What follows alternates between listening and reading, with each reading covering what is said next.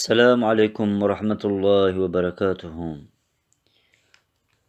Chers frères, chers auditeurs, suite de la lecture de l'ouvrage Petites Paroles, avec comme titre 6e parole, à partir de la page 33 jusqu'à la page 42. A'udhu billahi minash shaitanir rajim, bismillahir rahmanir rahim. Inna Allah ashtara minal mu'minina anfusahum wa amwalahum bi anna lahumul jannah. Si tu veux comprendre que c'est un commerce très profitable pour toi, que tu y gagneras un grade très honorable, si tu vends ton âme et tes biens à l'être absolu, et si tu veux être son serviteur et son soldat, écoute cette parabole. Une fois, un souverain donne à chacun de ses deux sujets une ferme dans laquelle il y a tout ce qu'il faut comme usine, machines, chevaux et armes, ainsi de suite. Mais on est en état de guerre et de désordre. Rien n'est stable. Tout disparaît, périt ou change complètement. Dans sa grâce parfaite, le souverain envoya un noble représentant. Il leur disait dans un décret très clément: « Vendez-moi mon dépôt pour que je le conserve pour vous et qu'il ne soit pas perdu inutilement. Puis, quand la guerre sera finie, non seulement je vous rendrai tout dans un meilleur état, mais aussi, comme si ce dépôt était votre propriété, je vous en donnerai un prix très élevé. Qui plus est, les machines, les outils de l'usine auront été utilisés en mon nom dans mon atelier. Le prix, la valeur de chacun d'eux sera multipliée par 1000. Je vous donnerai tout le bénéfice. De plus, vous êtes impuissant, faible et pauvre, vous ne pourrez pas supporter les charges de ces grands travaux. Je supporterai toutes les dépenses et tous les besoins. Je vous donnerai tous les revenus et bénéfices. De plus, je les laisserai entre vos mains jusqu'au temps de la démobilisation. Voilà, 5 niveaux de bénéfices dans les profits. Si vous ne me les vendez pas, vous voyez que personne ne peut les conserver entre ses mains. Ou encore, vous les perdrez comme tout le monde. En outre, ils seront perdus inutilement, et vous serez privé du prix élevé. De plus, comme ces instruments et équipements fragiles et précieux ne trouveront pas mine et travaux nécessaires, ils perdront leur valeur. Qui plus est, la peine et la charge de les gérer vous incomberont. Ou encore, vous serez puni d'avoir trahi ce dépôt. Voilà, 5 niveaux de perte dans la perte. Quant au fait de me vendre, c'est gérer en mon nom en devenant mes soldats. Vous serez des représentants personnels et libres d'un grand souverain au lieu de simples prisonniers vagabonds. Après avoir écouté ce geste de bienveillance et ce décret, l'un des deux hommes, le raisonnable, a dit: « Volontiers, je les vendrai avec plaisir. Aussi, je vous remercie 1000 fois. » L'autre, arrogant, dont l'âme est devenue pharaonique, égoïste, ivrogne, ignorant les tremblements et agitations du monde, comme s'il habitait dans la demeure éternellement, a dit: « Non, qui est ce souverain? Je ne vendrai pas mes biens, je ne gâcherai pas mon plaisir. » Peu de temps après, le premier homme est monté à un tel rang que tout le monde l'enviait. Ayant obtenu la faveur du souverain, il a vécu heureux dans son palais. L'autre est tombé dans un tel état que tous les gens, bien qu'ayant pitié de lui, disaient: « Il l'a bien mérité, parce qu'en conséquence de sa faute, il a perdu aussi bien son bonheur que sa propriété. De plus, il est puni et tourmenté. » Ô âme capricieuse, regarde la face de la vérité à travers les jumelles de cet exemple. Quant au souverain, c'est ton Seigneur, ton Créateur de toute éternité. En ce qui concerne les fermes, les instruments, ce sont tes facultés physiques et spirituelles dans le cercle de ta vie. tes possessions comme le corps, l'esprit, le cœur, et parmi lesquels se trouvent aussi l'œil et la langue, la raison et l'imagination. Quant au représentant très généreux, c'est le noble envoyé. Le décret canonique, c'est le sage Coran qui annonce le grand commerce dont nous parlons dans ce verset. Inna Allah ashtara min al-mu'minina anfusahum wa amwalahum bi anna lahumul jannah.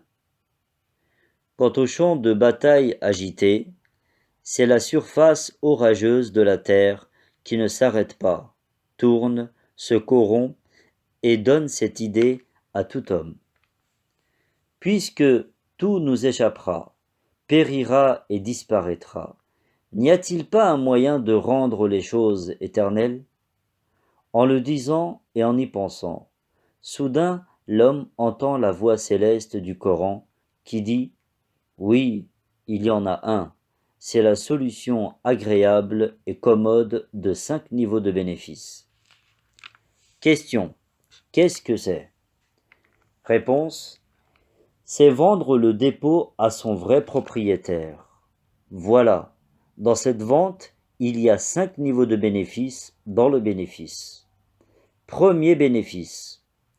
Un bien périssable devient éternel. Parce que si cette vie éphémère est consacrée à l'être absolu, qui est l'autosuffisant éternel, et si elle est dépensée dans sa voie, elle se transforme en éternité. Elle donne des fruits éternels. Alors, les minutes de la vie disparaissent apparemment comme graines et noyaux. Mais, dans le monde éternel, elle donne des fleurs de bonheur et des bourgeons. Et, dans le monde intermédiaire, chacune d'elles devient un paysage lumineux et agréable. Deuxième bénéfice. On propose un prix comme le paradis. Troisième bénéfice. La valeur de chacun des membres et des facultés se multiplie par 1000. Par exemple, la raison est un outil.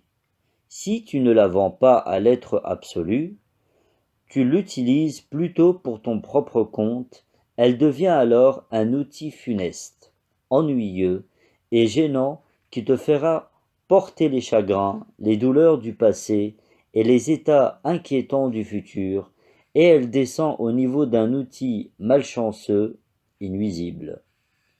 Voilà, c'est pourquoi l'homme pécheur, pour se sauver de la gêne et du dérangement, a souvent recours soit à l'ivresse, soit à la distraction.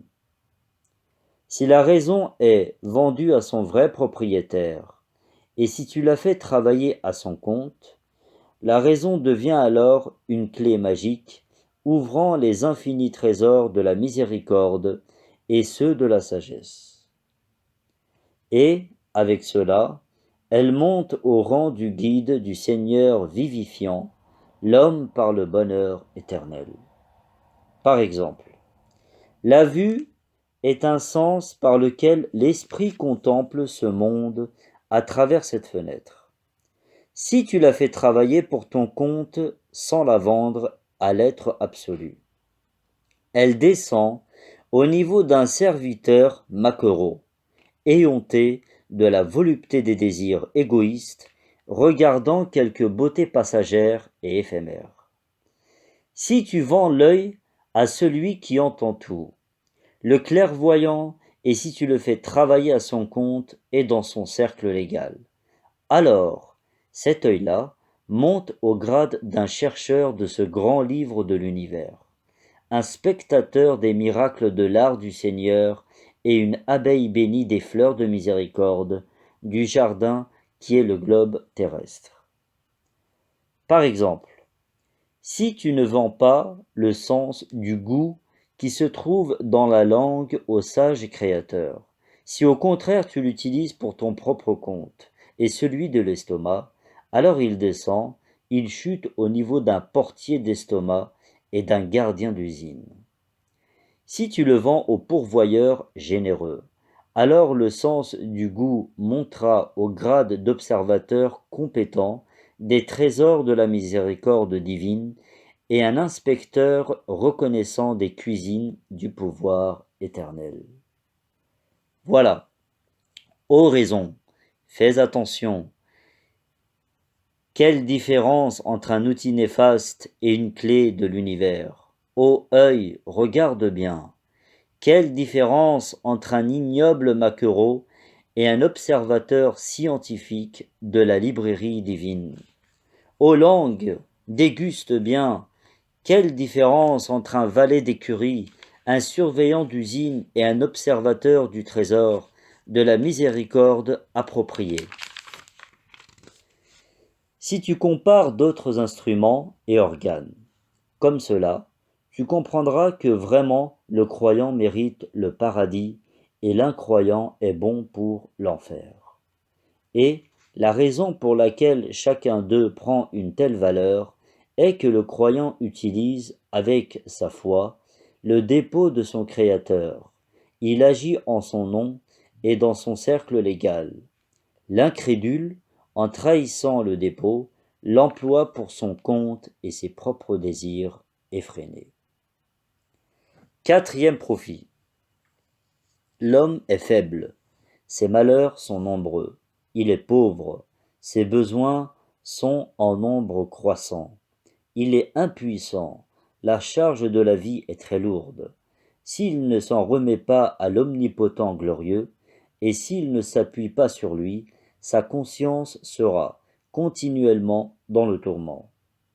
Les difficultés, les soucis et les regrets l'étoufferont ou bien ils le rendront ivre ou monstrueux. Cinquième profit.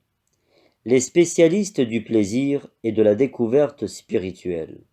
Les experts et les observateurs ont été unanimes à dire que les récompenses de l'adoration, de l'invocation et leurs valeurs élevées te seront données sous forme des fruits du paradis au moment où tu en auras besoin le plus. Voilà, si tu ne fais pas cette transaction en 5 niveaux de bénéfices, non seulement tu seras privé de ces bénéfices-là, mais aussi tu subiras 5 niveaux de perte. Première perte. Bien et enfant que tu aimes, âme et désir que tu adores, jeunesse dont tu es tant épris seront perdus. Ils te quitteront, mais en te quittant, ils te laisseront leurs péchés et leurs soucis. Deuxième perte.